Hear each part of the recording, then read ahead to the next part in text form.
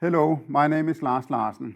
I'm the CFO in Milestone Systems, a global leader in data-driven video technology and management. Our headquarters is in Denmark, and we are owned by Canon, and we are more than 1,500 employees around the world. I'm meeting Anthony Karuna at Tech Day.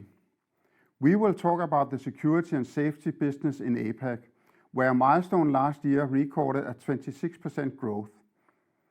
And not least, we are going to talk about how artificial intelligence has become an increasing and more important part of the security industry and beyond.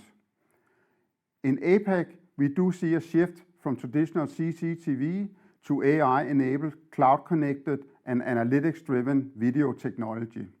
So there is a lot to talk about, and I'm really looking forward to that.